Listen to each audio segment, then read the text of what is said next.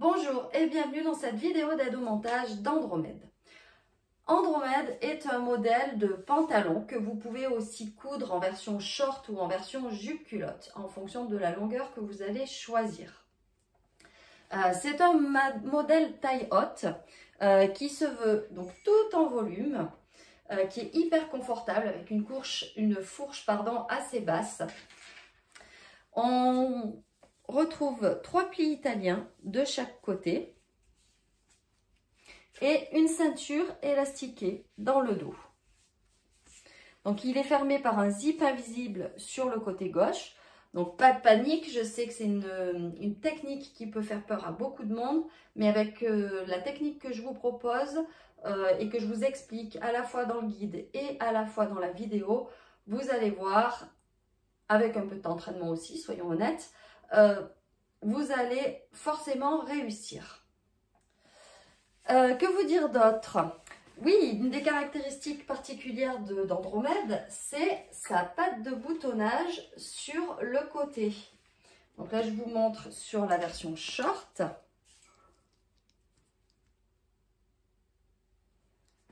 Mais vous avez aussi la possibilité de le coudre sans la patte de boutonnage. Donc là, je vous montre. Donc c'est une version qui est en cours. Vous voyez, c'est une version simple, sans patte de boutonnage.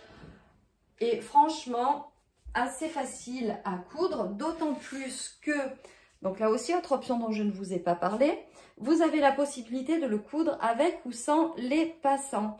Et la version sans passant n'est pas cousue de la même manière que la version avec passant, puisque je propose 2 types de pièces de ceinture dans le patron pour que la version sans passant soit plus rapide à coudre. Dernière chose sur ce pantalon, vous avez la possibilité de coudre une ceinture à nouer. Donc voilà, je pense que je vous ai tout dit au niveau de la présentation de ce modèle. Je vous propose maintenant de passer à la couture. Alors Andromède est un modèle qui est conçu donc pour être cousu dans un tissu chaîne et trame fluide de poids léger à moyen pour qu'il y ait un joli tombé, un joli mouvement puisqu'il est assez large. Donc pour ça, je vous conseille des viscoses, du lin viscose, des tencels, ça fonctionne bien, des crêpes. Donc là, c'est un crêpe de viscose. Les draps de laine léger, ça peut fonctionner aussi pour des versions hivernales. Vous n'êtes pas obligé d'avoir des tissus avec élastane, mais s'il y en a, ça fonctionne aussi. À savoir aussi qu'il y a 2 testeuses, donc Aurélie et Elodie, qui elles se sont lancées dans des versions avec des tissus que j'avais pas forcément préconisés, mais qui fonctionnent. Donc Aurélie a cousu un short dans un scuba. Et Elodie a cousu une version d'Andromède un peu hivernale dans un crêpe caddie qui a un poids de 300 grammes environ. Donc après, le choix du tissu, tout dépend du style que vous voulez obtenir. Quoi qu'il en soit, donc après, en plus de choisir, on choisit évidemment le fil et les aiguilles adaptées au tissu, il vous faudra aussi choisir de l'entoilage pour entoiler la ceinture et les pattes de boutonnage, si vous prenez la version avec pattes de boutonnage sur le côté. Quoi qu'il en soit, le type et l'épaisseur de votre thermocollant, elle est à choisir en fonction de votre tissu. Donc pour ça, je vous renvoie sur le tableau Vliseline qui a été bien fait, qui permet de choisir son thermocollant en fonction de son tissu. Après, il existe d'autres marques que Vliseline, mais au moins ça vous donne une idée du type à choisir. Il vous faudra une fermeture éclair invisible. Alors, je préconise 22 cm, mais si vous avez une fermeture de 20 cm, ça fonctionne aussi, ça peut suffire. Et enfin, pour terminer, des boutons. Donc, pour la version short, il n'en faut que 4. Par contre, pour la version jupe, culotte et pantalon, donc toujours si vous choisissez la version boutonnée, il peut vous falloir jusqu'à 18 boutons. Donc, les boutons, c'est vraiment le petit truc qui va donner, le petit truc en plus qui peut vraiment donner la finition sympa à Andromède. Je sais que ça peut vite revenir cher, donc vous pouvez essayer d'en récupérer. Vous voyez, ceux-là, ils sont plus tout jeunes, hein. Mais vous pouvez essayer d'en récupérer sur des brocantes, des vide-greniers.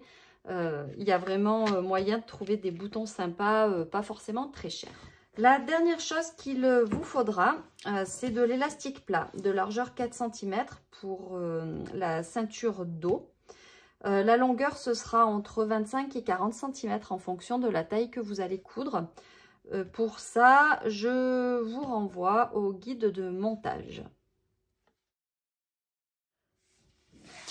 Alors, coudre un pantalon, ça fait souvent peur quand on coud parce que c'est un modèle qui est souvent associé au fait de faire des ajustements. Et c'est vrai que, vu que toutes les femmes sont différentes, hein, qui a des grandes jambes, des petites jambes, des fesses plates, des fesses rondes, une taille fine ou pas, du bidou, pour toutes ces raisons, c'est compliqué de proposer, pour les créateurs, de proposer un modèle qui fitera forcément de suite à tout le monde. C'est impossible. Donc du coup, on vous conseille de faire une toile pour voir à quel endroit il faudra ajuster votre pantalon. Donc premier ajustement facile, c'est rallonger ou raccourcir les jambes. Donc là, pour Andromède, c'est facile. Vous avez la ligne d'entrejambe, la ligne côté qui sont parallèles. Donc, il vous suffit de raccourcir au niveau du bas, parallèlement au bas. Et c'est tout simple. Je vous conseille ça de le faire peut-être après essayage, une fois que vous avez cousu la fourche et les lignes côté et d'entrejambe. Ensuite, en fonction de la manière dont ça va vous aller au niveau de la taille du bassin, il vous faudra travailler sur la fourche et ou sur les côtés. Donc vous voyez, j'ai tout expliqué dans le guide de montage avec des schémas. En fonction, si la hauteur du montant est trop petite, trop grande, si vous voulez modifier la hauteur de montant sans modifier la ligne de côté, si vous devez rajouter ou enlever de la matière dans le dos, au niveau du ventre ou sur la ligne de côté. Voilà, je vous renvoie au guide de montage, tout est expliqué. L'entoilage et le surfilage ne concernent pas toutes les pièces. Donc, il est indispensable d'entoiler les pièces de ceinture du pantalon et les parmentures des pattes de boutonnage des jambes. Donc, dans le guide de montage, le schéma correspond au short. Moi, je vais vous montrer le pantalon.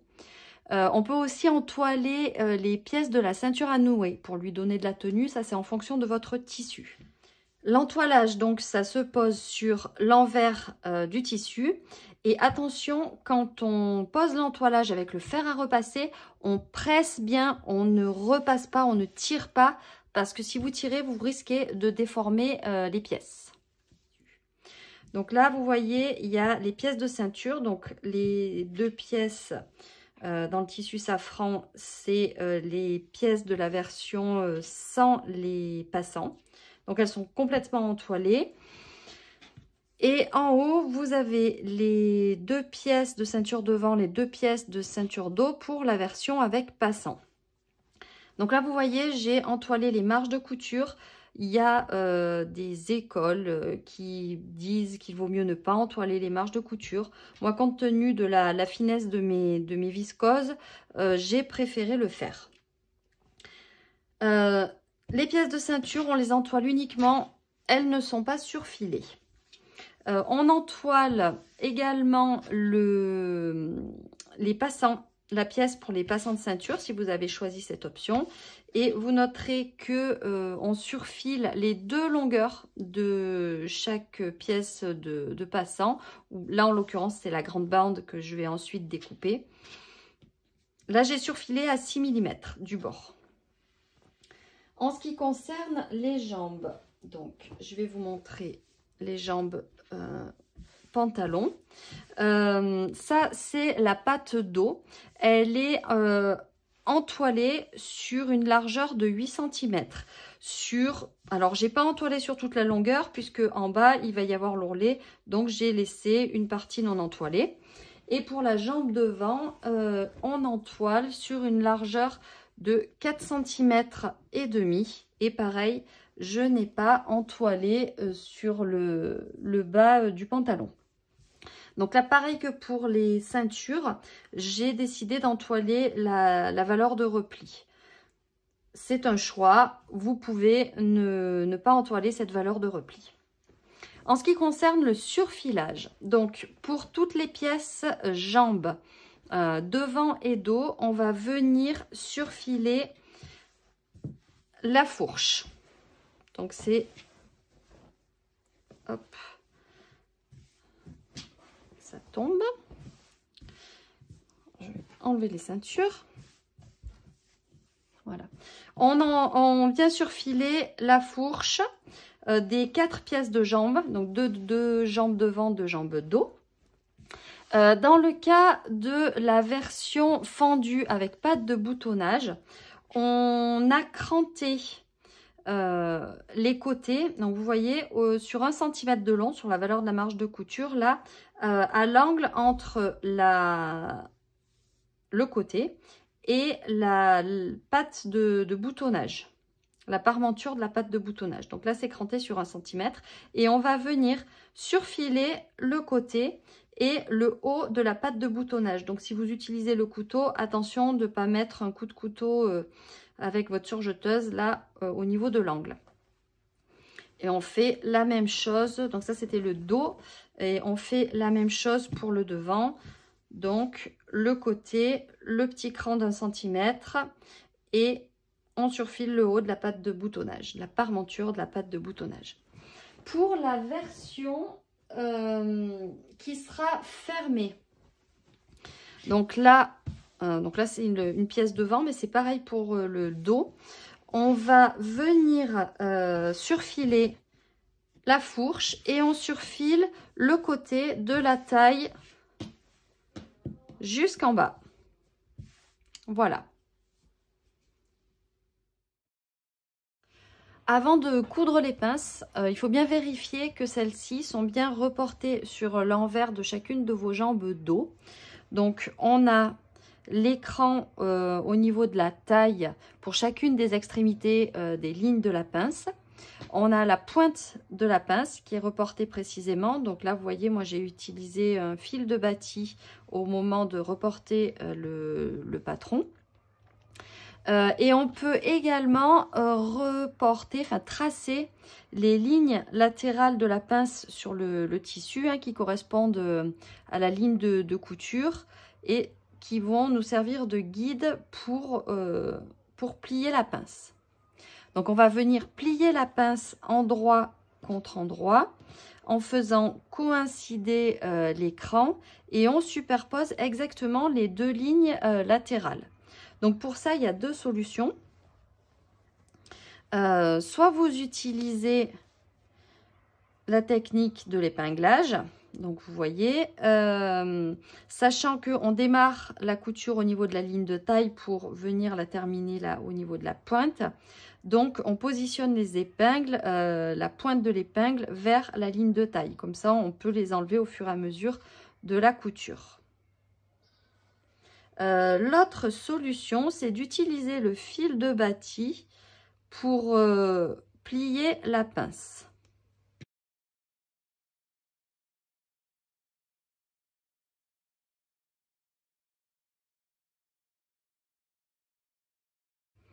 Donc là, vous voyez comment j'ai bâti, comment j'ai cousu. De ce côté, ça fait une échelle. Et donc là, on va venir tirer, hop, sur le fil. Et voilà. Et notre pince est directement bâtie. Donc voilà. Donc maintenant, on va venir démarrer la couture avec un point d'arrêt dans la marge de couture. On va piquer jusqu'à l'extrémité de la pince, jusqu'à la pointe. On ne s'arrête pas.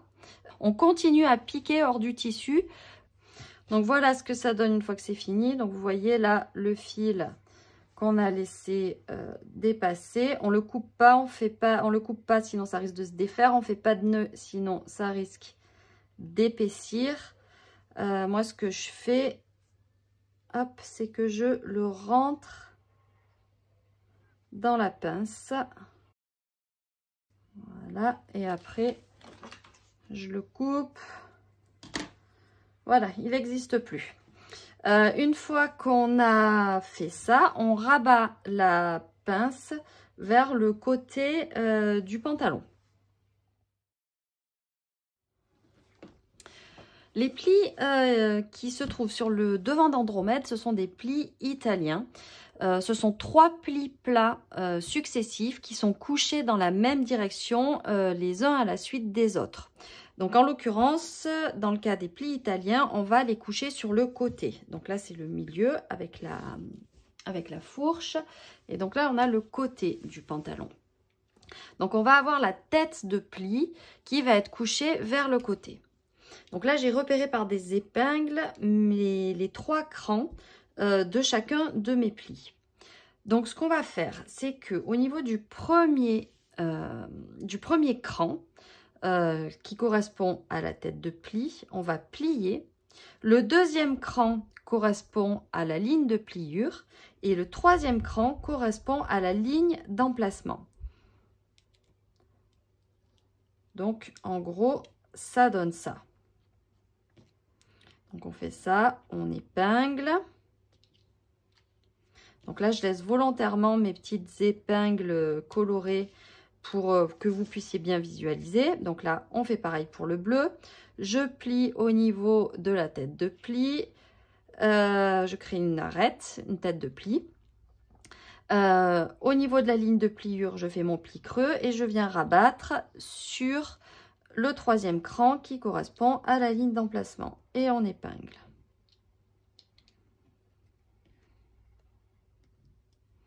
Et pareil pour le troisième pli. Tête de pli, ligne de pliure, ligne d'emplacement.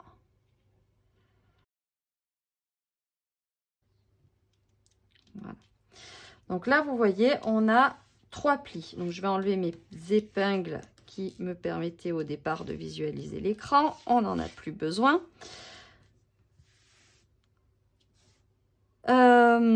Donc on obtient 3 plis couchés vers le côté. Donc au moment où vous formez les plis, on veille à ce que les bords du tissu au niveau de la ceinture restent bien alignés.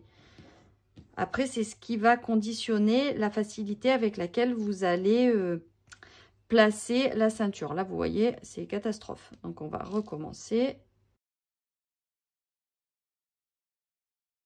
Voilà, là c'est beaucoup mieux. Je vais vous le mettre sur l'envers. Vous allez voir que tout est bien aligné.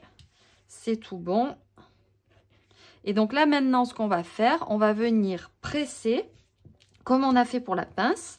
On met un petit coup de fer à repasser pour marquer les plis. Et on va venir pré-piquer les plis, les stabiliser en réalisant une couture de maintien dans la marge de couture. Donc la marge de couture, c'est 1 cm. Donc là, on vient piquer à 7-8 mm. Et donc voilà, une fois qu'on a pressé et qu'on a réalisé la piqûre de maintien, ça donne ceci. Pour la version boutonnée, quand on va venir créer la patte de boutonnage, en fait, elle se forme de la même manière sur le devant et sur le dos, mais le résultat final est différent, puisqu'en fait, sur le devant, quand on crée les replis, on va venir créer une parmenture, alors que sur le dos, on va venir, vous voyez, on obtient un décroché comme ça. En fait, on va venir créer une sous-patte. Et cette sous-patte viendra se placer contre le devant. Avant de venir préformer cette sous-patte et cette parmenture, je vous conseille de vérifier la longueur de votre Andromède, qu'elle vous convient. Parce que au moment où on réalise cette étape, en fait, on crée la première étape qui va nous amener vers l'ourlet. Donc là, vous venez positionner le haut de d'une de vos pièces de pantalon qui correspond vraiment à la taille, hein, au creux de la taille. Et vérifiez la longueur. C'est prévu pour une stature de 165, mais même deux personnes qui font 1m65 n'auront pas forcément la même longueur de jambe. Donc vraiment, faites attention à ça. Après, au pire, c'est rattrapable. Vous pourrez refaire la première étape de fixation de l'ourlet un peu plus tard, la reprendre. Mais bon, vérifiez quand même la longueur de votre andromède. Donc là, je vais vous montrer pour le devant. On vient positionner la jambe sur l'envers et on fait un premier repli, donc envers contre envers à 1 cm du bord, on presse. Ensuite, je viens réaliser un second repli à 3,5 cm, donc toujours envers contre envers. Et là aussi, je marque ce pli au fer à repasser. Donc, j'ai fait la même chose pour la jambe dos. Un premier repli à 1 cm, un second repli à 3,5 cm. Tout ça envers contre envers. Ensuite, on va venir se retrouver sur le bas de jambe et on va venir replier la parmenture sur elle-même, endroit contre endroit. Donc, sur 3,5 cm, pardon. Donc là, on vient contrarier le pli qu'on vient de réaliser. Et là, on épingle. Et donc là, sur le bas de jambe, on vient repérer. Donc vous voyez, j'ai fait un trait à 3 cm. On va venir piquer à 3 cm du bord du bas de jambe. 3 cm, c'est la valeur de l'ourlet. Et on va réaliser un point d'arrêt en début et fin de couture. Donc, je fais ça pour le devant et je fais exactement... j'ai fait ça pour le dos, pardon, et je fais exactement la même chose pour le devant. On vient contrarier le pli, épingler et on va piquer à 3 cm du bord du bas de jambe. Une fois qu'on a réalisé la piqûre, donc ça c'est pour la jambe devant et la jambe dos, on va venir dégarnir l'angle. Donc on va pas trop là sur le bord et on essaie de ne pas couper, enfin on ne coupe pas la couture qu'on vient de réaliser.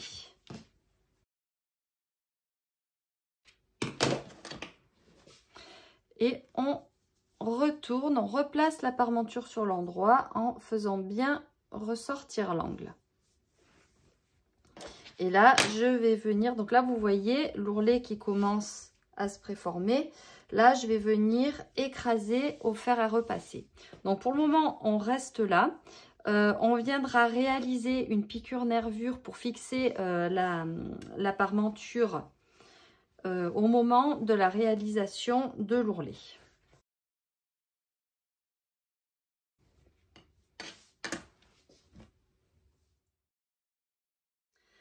On va assembler les côtés des jambes avec une couture simple.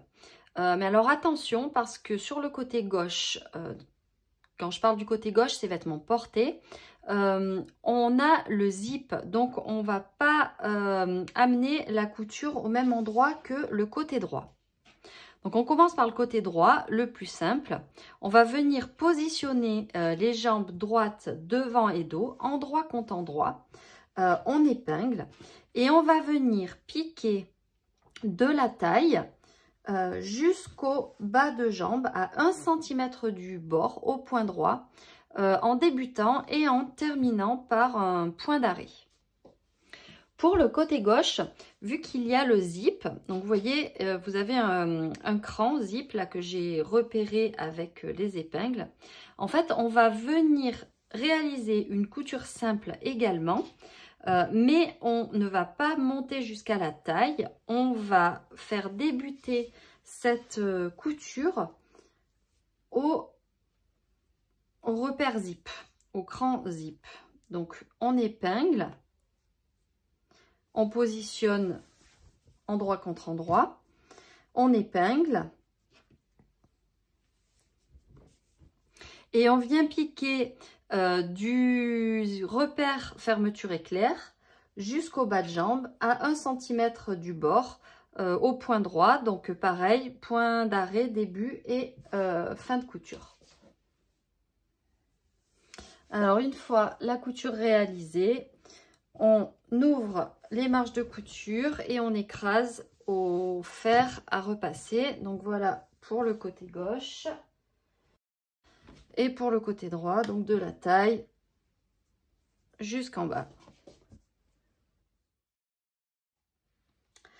Pour la version boutonnée, on va venir aussi assembler les côtés avec une couture simple. Sauf que là, on a à gérer la parmenture et la soupate. Donc, ce qu'on va faire, c'est que pour chaque côté, on va venir positionner les jambes devant et dos, endroit contre endroit, en mettant bien en vis-à-vis le haut de la soupate et de la patte de boutonnage. Et on fait bien correspondre donc de cet endroit-là jusqu'à la taille. On épingle, on fait la même chose pour le côté gauche. Pour le côté droit, on va venir piquer à 1 cm du bord, entre la taille et la patte de boutonnage. Et c'est à ça que sert le cran qu'on a fait, c'est qu'en fait votre couture, elle doit arriver à l'extrémité du cran qu'on avait laissé à ce niveau-là. Pour le côté gauche, donc là, c'est le repère zip. On va faire la même chose, couture simple, de la patte de boutonnage, sauf qu'on ne va pas jusqu'à la taille, on s'arrête au repère zip. Une fois la couture réalisée, on ouvre les coutures, les marges de couture et on écrase au fer à repasser. Voilà, donc là pour le côté droit et pour le côté gauche avec l'ouverture pour la fermeture éclair.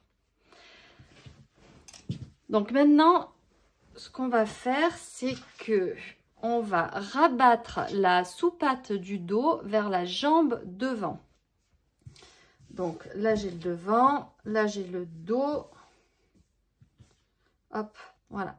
On prend la soupate du dos, on la positionne donc bord à bord sur la parmenture du devant. Donc là, on épingle. Et on va venir réaliser une piqûre de maintien pour fixer la soupate à la parmenture. Donc, on le fait en haut, au ras du surjet. Donc là, on ne voit pas grand-chose. Mais, donc vous voyez, il y a le surjet. Je vais venir réaliser une piqûre de maintien à cet endroit-là, au ras du surjet. Donc voilà, maintenant que cette piqûre de maintien est réalisée, on la voit mieux sur le devant. Voilà, elle est là. On a la soupate qui est solidaire de la parmenture et on voit se dessiner là la patte de boutonnage du côté. On peut passer à la suite. La couture de l'entrejambe se fait de la même manière, quelles que soient les versions. Simplement, pour la version jupe-culotte et la version pantalon, il y a une différence de longueur entre les coutures d'entrejambe devant et dos. C'est normal parce que quand on patronne un pantalon, la couture du dos est toujours légèrement plus courte que celle du devant. Donc, comment on rattrape ça ? Au moment du montage, donc maintenant, on va détendre la couture dos. Donc là, c'est le devant, le dos. C'est-à-dire qu'on va repasser et en étirant légèrement le tissu au niveau de l'entrejambe dos pour retrouver la longueur de la couture entrejambe devant. Une fois que vous avez détendu l'entrejambe dos, on va venir, donc pour chaque côté, côté droit, côté gauche, on va venir positionner les jambes devant et dos, l'une contre l'autre, endroit contre endroit, en faisant correspondre donc les extrémités, en mettant bien bord à bord. On va épingler et on va commencer par piquer au point droit à 1 cm du bord, en faisant un point d'arrêt en début et en fin de couture. Ensuite, on surjette le bord et on vient écraser la couture au fer à repasser en la rabattant vers le dos. Voilà les coutures réalisées. Vous devez obtenir quelque chose qui ressemble à ça. J'ai utilisé une épingle juste pour maintenir la marge de couture rabattue vers le dos. Pour coudre, assembler les deux jambes par la fourche. Donc on va retourner une jambe sur l'endroit et une jambe sur l'envers. Et on va venir les enfiler l'une dans l'autre, endroit contre endroit. Donc on va venir positionner les deux jambes de telle sorte que les deux fourches soient bien bord à bord. Donc là je fais correspondre la couture d'entrejambe.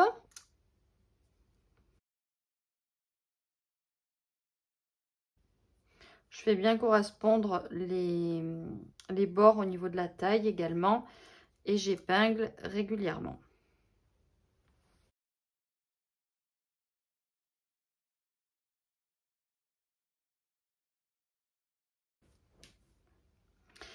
Une fois qu'on a fini d'épingler, on va venir piquer à 1 cm du bord tout le long de la fourche et on réalise un point de couture en début, un point d'arrêt pardon, en début et en fin de couture. Une fois la couture d'assemblage de la fourche réalisée, on ouvre la couture au fer à repasser. Donc pour le réussir au mieux, en fait on le fait en 2 fois en partant à chaque fois de la ligne de taille et en allant vers l'arrondi.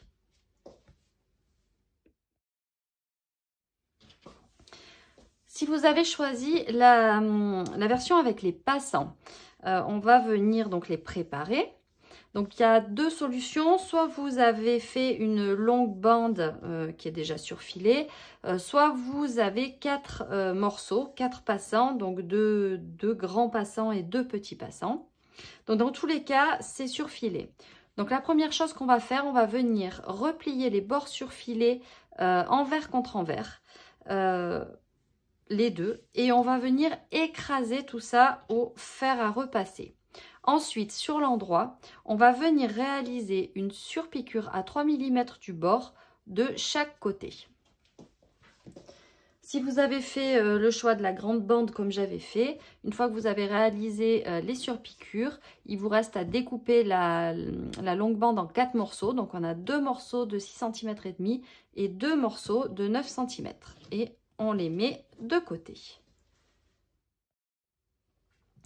Dans le cas de la ceinture avec passant, on a 4 pièces. Donc on a 2 devant, c'est la pièce avec la pointe, et de dos, la pièce rectangulaire.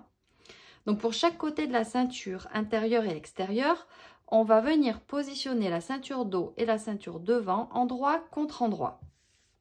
On va venir assembler un seul côté, c'est le côté qui se retrouvera du côté droit du pantalon. On va donc épingler et piquer pour chacun des côtés. Donc là, travaillez bien de manière symétrique hein, pour ne pas vous tromper. On va venir piquer au point droit à 1 cm du bord, donc point d'arrêt début et fin de couture. Et on va ouvrir la couture au fer à repasser. Donc voilà, la couture d'assemblage est réalisée, les marges de couture est rabattue. La couture écrasée, je l'ai fait pour l'intérieur et l'extérieur. Donc là, j'ai repéré la partie qui se retrouve à l'intérieur en mettant une petite étiquette. Pour être sûr de votre coup, simulez bien hein, le montage de votre pantalon pour être sûr que la partie, enfin la couture là va se retrouver sur votre côté droit. Donc maintenant, une fois qu'on a fait ça, sur la longueur de la ceinture qui se trouve à l'intérieur du pantalon, on va marquer au fer un repli de 8 mm vers l'envers. Donc pour marquer ce repli, moi là j'ai réalisé une couture, une ligne de couture à 8 mm qui m'a servi de guide pour replier. Vous pouvez sinon vous servir de la règle ou tracer la ligne de pliure à la craie ou au stylo friction. Quand vous arrivez à la pointe, donc là vous avez vu, j'ai cranté et j'ai même dégarni pour éviter les surépaisseurs. Une fois que vous avez fait ça, on va venir positionner les passants. Alors les passants, on les positionne sur la ceinture qui se trouve à l'extérieur du pantalon. Et on va s'aider pour ça des crans de montage. Donc on prend les passants, alors les grands passants vont se trouver sur la ceinture devant, les petits passants sur la ceinture dos et on vient les positionner en droit de la ceinture contre envers des passants, donc au niveau des crans, et on va venir les pré-piquer.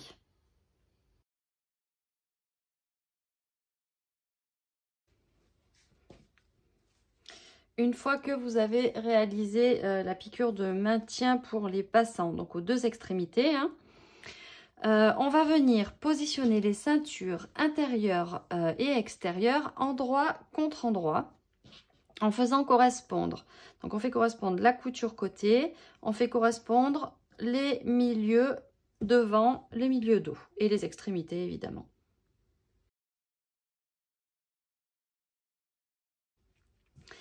Une fois que c'est positionné, épinglé, on va venir piquer à 1 cm du bord au point droit d'une extrémité à l'autre, point d'arrêt en début et fin de couture. Une fois la couture d'assemblage réalisée, on replie la ceinture, enfin les deux côtés de la ceinture envers contre envers, en positionnant bien la couture d'assemblage sur la tranche. Donc on se sert du fer à repasser pour presser et on roulotte bien pour bien positionner la couture sur la tranche. Dans le cas de la ceinture sans les passants, on n'a que 2 pièces à assembler. Donc la pièce devant avec le pointu et la pièce dos qui est vraiment rectangulaire. Donc on va venir positionner ces 2 ceintures dos et devant, endroit contre endroit. On va venir piquer un côté à 1 cm. Ce sera le côté qui se retrouvera sur le côté droit où il n'y aura pas le zip. Et on va venir ouvrir la marge de couture au fer à repasser. Donc point d'arrêt, début et fin de couture. Une fois la couture d'assemblage réalisée, on plie la ceinture en deux, envers contre envers dans le sens de la longueur. On repère le côté de la ceinture qui se trouvera à l'intérieur du pantalon. Donc là, moi j'ai repéré, j'ai même cousu une petite étiquette. Et sur ce côté qui va se retrouver à l'intérieur du pantalon, on va marquer au fer un repli de 8 mm sur l'envers. Donc au niveau de la pointe, on crante sur 8 mm et ce qui permet d'avoir une jolie pointe. Si vous avez un tissu qui est un petit peu épais, là vous voyez j'ai superposé. Si vous avez un tissu un petit peu épais, vous pouvez même carrément vraiment évider quoi. Vous faites un cran en V.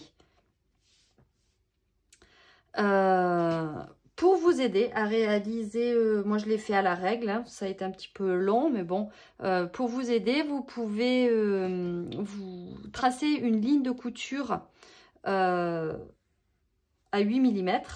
Ça fera un repère, ça fait un repère pour plier de manière régulière. Ou alors vous pouvez tracer un trait à 8 mm à la craie ou au stylo friction. Voilà.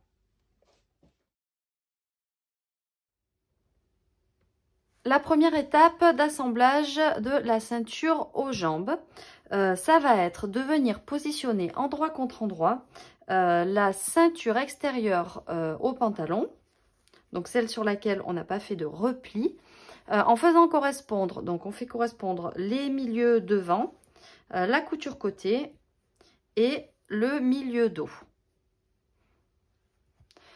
Si vous avez fait donc la version avec les passants, ceux-ci vont être pris en sandwich entre la ceinture et les jambes.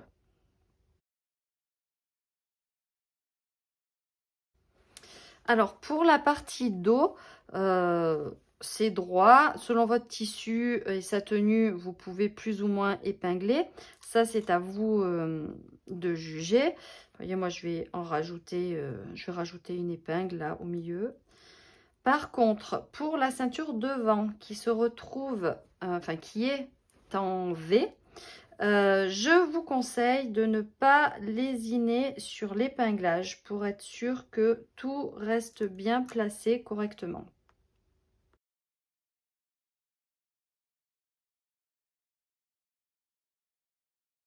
Donc voilà, une fois que tout est épinglé, on va venir piquer à 1 cm tout le long de la ligne de taille.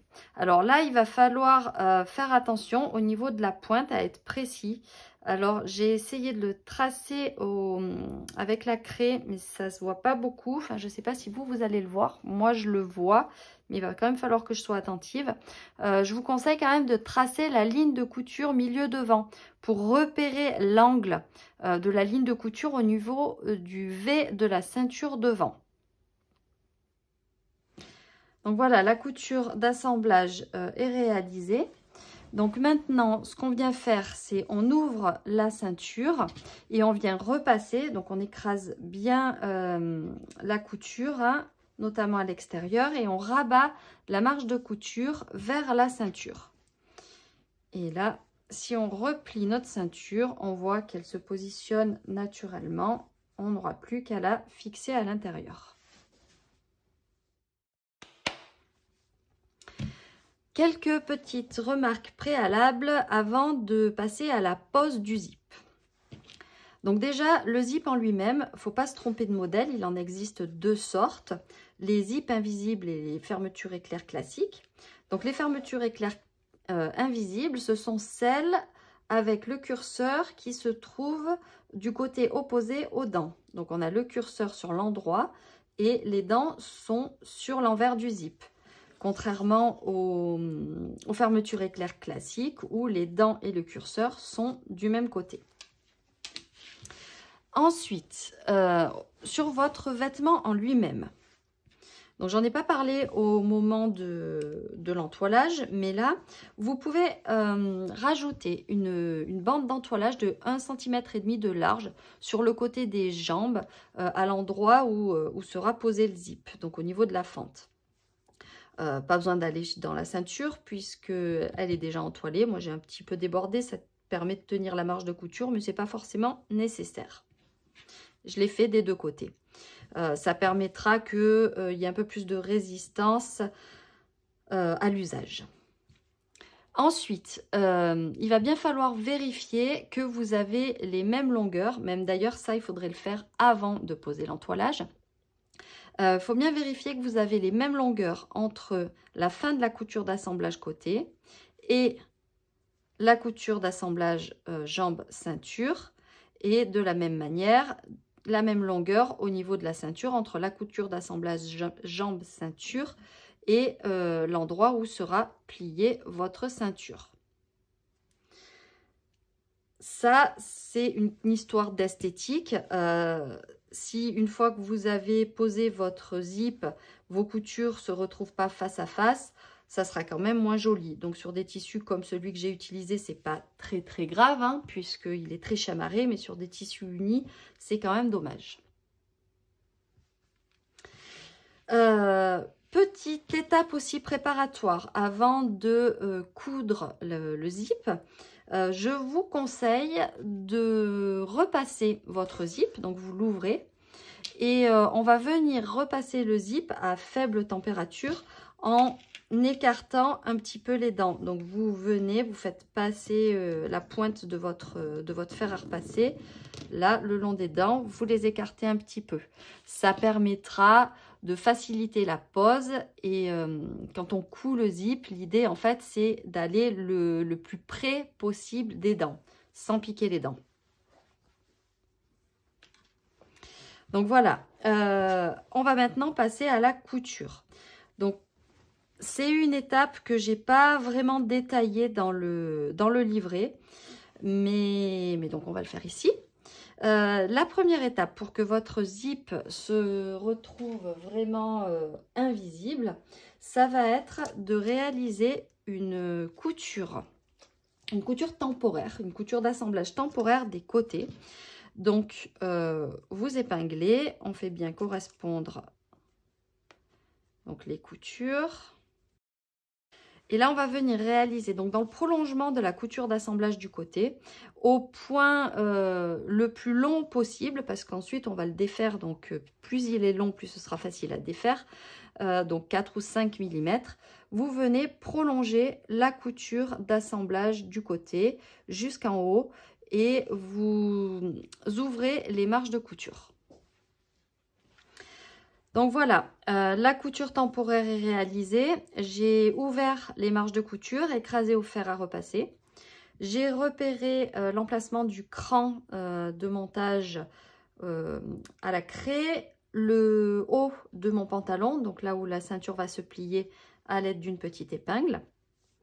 Et donc là maintenant, on va venir positionner la fermeture éclair. Donc là, vous voyez, elle s'est repliée sur elle-même, parce que je l'ai passé au fer à repasser. Donc on la positionne endroit contre endroit et on va venir positionner le haut de la tirette en haut du pantalon.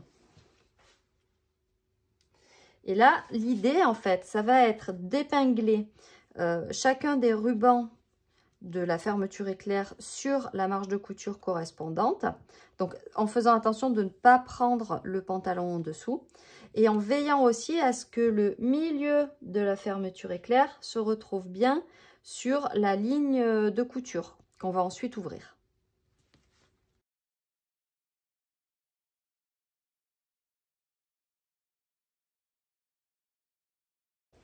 Voilà, maintenant que c'est épinglé, donc je vérifie qu'on n'a pas pris le tissu d'en dessous, c'est parfait. Il va falloir venir coudre le zip.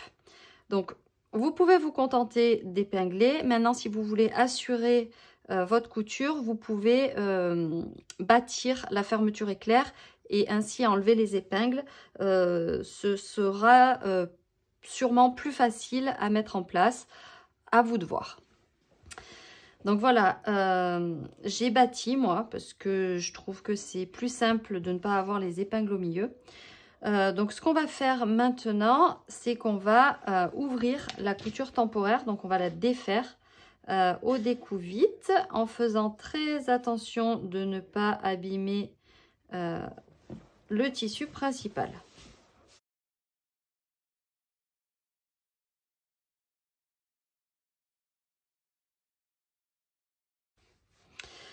Donc voilà, la couture temporaire a été enlevée.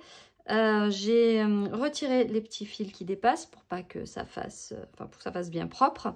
Et on va pouvoir maintenant passer à la couture du zip. Donc pour ça, hop, on va ouvrir le zip. Alors, on essaie d'aller le faire aller le plus bas possible. Et donc à la machine à coudre à l'aide du pied, alors ça c'est le pied spécial zip invisible qui possède, vous voyez, les deux petits rails pour placer les dents de la fermeture éclair. Donc au moment de coudre, on fait bien en sorte, hein, donc on a facilité la tâche avec l'étape de repassage. Et donc, vous positionnez bien, vous ouvrez votre marge de couture et vous faites attention, si vous avez bâti, hop, de faire en sorte que ça ne bouge pas du tout. Et donc, on coud en faisant en sorte de bien dérouler les dents et de piquer au ras des dents de la fermeture éclair sans piquer les dents de la fermeture éclair, parce que si vous piquez les dents de la fermeture éclair, votre curseur glissera plus et donc il faudra tout découdre et refaire. Donc voilà, le zip est fixé. Je vous montre sur l'endroit. Il va rester à enlever les fils de bâti. Et voilà ce que ça donne sur l'endroit. Ah, il est vraiment invisible.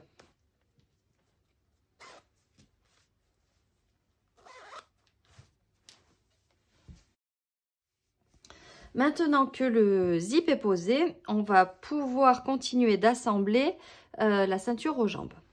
Donc la première chose à faire, ça va être de venir positionner l'élastique dos d'Andromède. Il est positionné, on va le fixer à la partie extérieure de la ceinture, sur l'envers, entre les pinces dos. Donc il va déborder de 1 cm de chaque côté des pinces. Il est plus court que la longueur qu'il y a entre les pinces, et c'est normal. Entre les pinces, il sera légèrement froncé, plus ou moins d'ailleurs, en fonction de votre tour de taille. Je donne une mesure pour la longueur des élastiques dans le guide de montage. Maintenant, vous pouvez complètement l'adapter en fonction de vos mensurations. Donc, je viens le positionner. Hop, à l'intérieur, hein, je soulève les marges de couture. J'épingle. Donc, pareil de l'autre côté, on rapproche. Hein.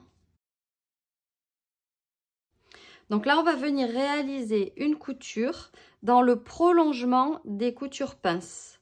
On vérifie d'ailleurs, pour la version avec passant, normalement les passants ne sont pas positionnés dans le prolongement de cette couture. Donc vérifiez que c'est bien le cas, parce que ça serait dommage de coudre les passants. Donc maintenant que l'élastique est posé, on va venir fermer le côté des ceintures du côté du zip.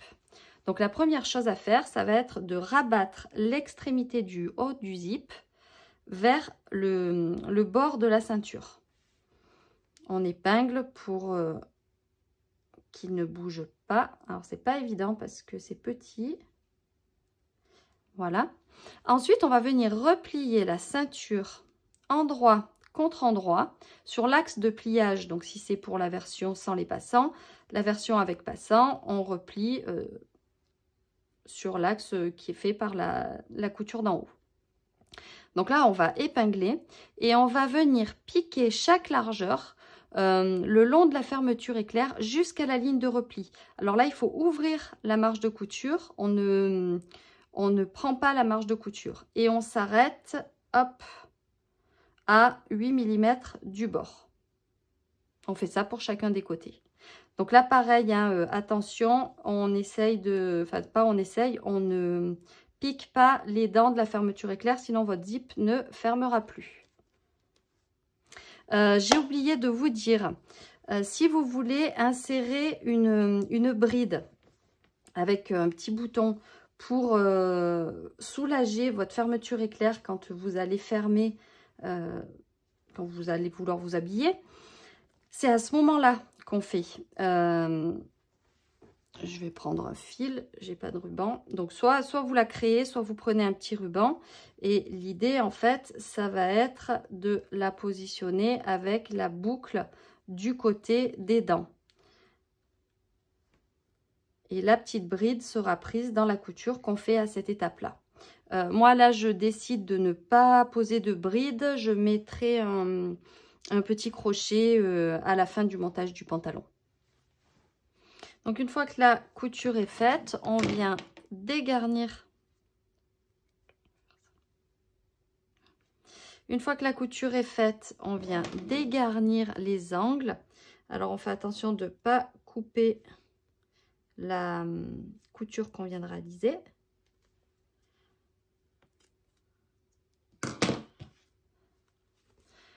Et on va retourner sur l'endroit. Donc là, on peut s'aider d'un outil pour faire ressortir les angles. Donc là, je vais faire pareil de l'autre côté. Et là, on voit que l'intérieur de la ceinture vient se positionner naturellement sur l'envers. Et normalement, le repli que vous avez réalisé sur la ceinture permet, vu qu'il est que de 8 mm et qu'on a fait une marge de couture d'1 cm de l'autre côté, l'intérieur de votre ceinture doit venir recouvrir de 2 mm la première couture d'assemblage. Cette deuxième couture d'assemblage de la ceinture au pantalon, vous allez pouvoir la réaliser soit à la main, soit à la machine à coudre. Dans tous les cas, il va falloir que vous veniez positionner l'intérieur de la ceinture correctement. Donc pour ça, vous allez épingler de manière régulière ou alors vous allez bâtir. Donc là, moi j'ai bâti. Donc le bord de la ceinture au niveau de la couture d'assemblage ceinture-jambe. Si vous décidez de faire une couture à la main, vous travaillez sur l'envers de votre vêtement. Si vous décidez de coudre, d'assembler à la machine à coudre, on passe sur l'endroit du vêtement et on va faire une ligne de couture dans le sillon de la couture d'assemblage ceinture-jambe qu'on a réalisé précédemment. L'idée, c'est que sur l'endroit, elle soit vraiment invisible. Et alors là, le bâti ou l'épinglage a tout son intérêt puisque la réussite de cette couture va dépendre de la précision de votre épinglage ou de votre bâti. La ceinture à nous est constituée de 2 pièces identiques qu'on va venir positionner endroit contre endroit et qu'on va venir assembler au niveau de la largeur. Donc on épingle et on pique à 1 cm du bord au point droit. On commence et on termine par un point d'arrêt. Une fois que c'est assemblé, on repasse en ouvrant les marges de couture. Et l'étape d'après, ça va être de venir plier la ceinture endroit contre endroit dans le sens de la longueur. Donc on fait bien correspondre les milieux.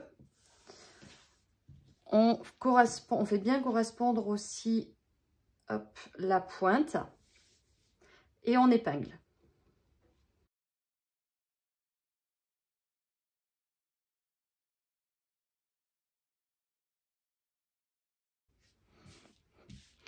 Une fois que vous avez épinglé, donc la quantité d'épingles, c'est à votre convenance, c'est en fonction de la tenue de votre tissu et de votre aisance. Certains vont aimer avoir plein d'épingles pour stabiliser alors que d'autres n'en auront pas besoin.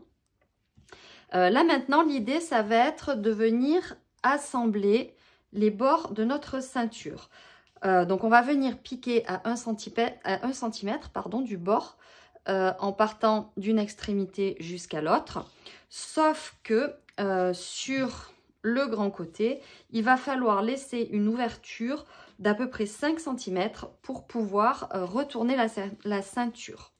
Donc, vous commencez votre couture d'un côté, vous faites un point d'arrêt, vous reprenez 5 cm plus loin et vous continuez jusqu'au bord. Une fois la couture réalisée, on va venir dégarnir les angles, retourner et repasser la ceinture.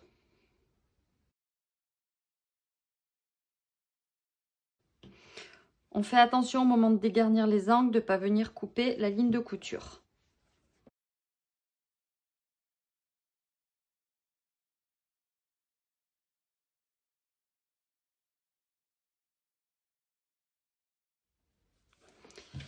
Voilà la ceinture retournée et repassée. Au moment où vous repassez, veillez à bien marquer le repli des marges de couture au niveau de l'ouverture, de telle sorte qu'elle se retrouve bien bord à bord. Et là maintenant, on va justement avoir à gérer cette ouverture. Donc là, il y a 2 solutions. Soit vous réalisez une couture invisible à la main, L'autre solution, c'est de surpiquer tout le tour de votre ceinture à la machine à coudre. L'avantage de la deuxième solution, c'est qu'elle restera toujours bien en place. Pour l'ourlet, que ce soit la version simple ou la version boutonnée, le principe est le même. Dans le patron, j'ai prévu une valeur d'ourlage de 3 cm. Donc là, ce que je vous propose, c'est de réaliser un premier repli de 1 cm sur l'envers qu'on écrase au fer, puis un second repli de 2 cm qu'on écrase sur l'envers. Donc ce sont des préconisations. Si vous voulez faire 1,5 cm, 1,5 cm, peu importe. Et si vous voulez mettre une valeur d'ourlet plus importante, c'est à vous de voir. Donc on épingle et ensuite on va venir fixer cet ourlet à la machine au point droit. On part d'une couture côté jusqu'à l'autre couture côté, point d'arrêt, début et fin de couture. Dans le cas de la version boutonnée, on fait bien attention de venir prolonger cette couture jusqu'au niveau de la parmenture. Une fois que vous avez réalisé, fixé l'ourlet, vous allez venir faire une piqûre nervure pour fixer la parmenture et la sous-patte. Donc pour réaliser cette piqûre nervure, moi je vous suggère d'utiliser le pied, donc ça c'est un pied à ourlet invisible qui a un petit guide en son centre. Grâce au guide, on se place bien sur le bord du repli de la parmenture et on réalise donc la piqûre nervure à 2 ou 3 mm du repli. Donc on part bien d'en haut jusqu'en bas et on fait ça pour la jambe devant et la jambe dos. Donc au final, ce que ça donne, donc là vous avez l'ourlet qui est fixé et la surpiqûre de la patte de boutonnage. Pour les versions boutonnées, on va venir réaliser les boutonnières sur le devant et on va coudre les boutons sur le dos. Donc l'idée c'est de les coudre dans l'axe entre le bord et la couture, la surpiqûre qu'on a réalisée. En ce qui concerne le remplacement en hauteur, donc sur le patron, vous avez un repère. Donc vous voyez là, j'ai laissé les fils de bâti pour la première boutonnière et le premier bouton. Une fois que vous avez ce repère-là, il va falloir venir espacer les boutons et les boutonnières. Pour le short, compte tenu de la longueur de la patte de boutonnage, ils sont espacés de 5 cm. Pour la jupe culotte et le pantalon, là c'est à votre convenance. Vous les espacez entre 6, normalement c'est entre 6 et 8 cm qu'on espace les boutonnières. Vu que là c'est le côté d'un pantalon, on peut aller jusqu'à 9 cm. Donc pour les positionner, moi j'utilise une règle. Oui, c'est une règle à boutonnière. Vous pouvez tout simplement utiliser un réglé. L'idée c'est de les espacer vraiment régulièrement pour que ce soit joli. Donc voilà, j'ai déjà cousu les boutonnières sur ce côté-là. Et j'ai aussi cousu quelques boutons. Donc les boutonnières sont placées verticalement. Donc une fois qu'on a cousu les boutonnières, on vient coudre les boutons face aux boutonnières, l'emplacement du bouton correspondant au milieu de la boutonnière. Pour ouvrir les boutonnières, il y a plusieurs techniques. Vous pouvez utiliser un découvite. Alors si vous utilisez un découvite, faites attention de ne pas couper les fils aux extrémités. Il y a une petite astuce qui consiste à positionner une épingle. Quand vous allez placer le découvite dans votre boutonnière, elle arrivera en butée contre l'épingle, donc pas de risque de couper l'extrémité. Moi, personnellement, j'utilise ce petit outil qui est très pratique. Donc on se place sur un tapis de découpe et on vient presser de cette manière. Donc là, il faut faire attention à être bien placé au milieu de la boutonnière pour pas couper les fils qui sont sur les côtés. Donc vous voyez, ça marche plutôt bien. Et pour éviter d'avoir des petits fils qui s'échappent là de la boutonnière, il existe une colle anti-effilochage. Donc on en met quelques gouttes sur la boutonnière et on laisse sécher. Pour rapprocher les bords de la ceinture au moment où vous enfilez votre pantalon et où vous fermez la fermeture éclair, pour éviter que ça tire trop sur la fermeture éclair et qu'elle soit trop contrainte, vous pouvez poser une agrafe, voilà, à ce moment-là, tout à la fin. Donc ça, c'est dans le cas où vous n'avez pas posé de bride au moment de la pose du zip. Donc voilà, nous voilà arrivés au bout de la couture d'Andromède. J'espère que les explications auront été suffisamment claires et précises et que vous aurez passé un bon moment à coudre ce modèle. N'hésitez pas à mettre un petit pouce si vous avez aimé, à partager votre modèle sur les réseaux sociaux en mettant le hashtag Letty et Léa, hashtag patron Andromède et en me mentionnant @Letty et Léa. Ça me permettra de pouvoir voir tout ça. Certains m'envoient aussi leur réalisation par mail et j'avoue que ça fait toujours super plaisir d'avoir un retour. Voilà, je vous souhaite bonne couture et je vous dis à bientôt. Ciao, ciao!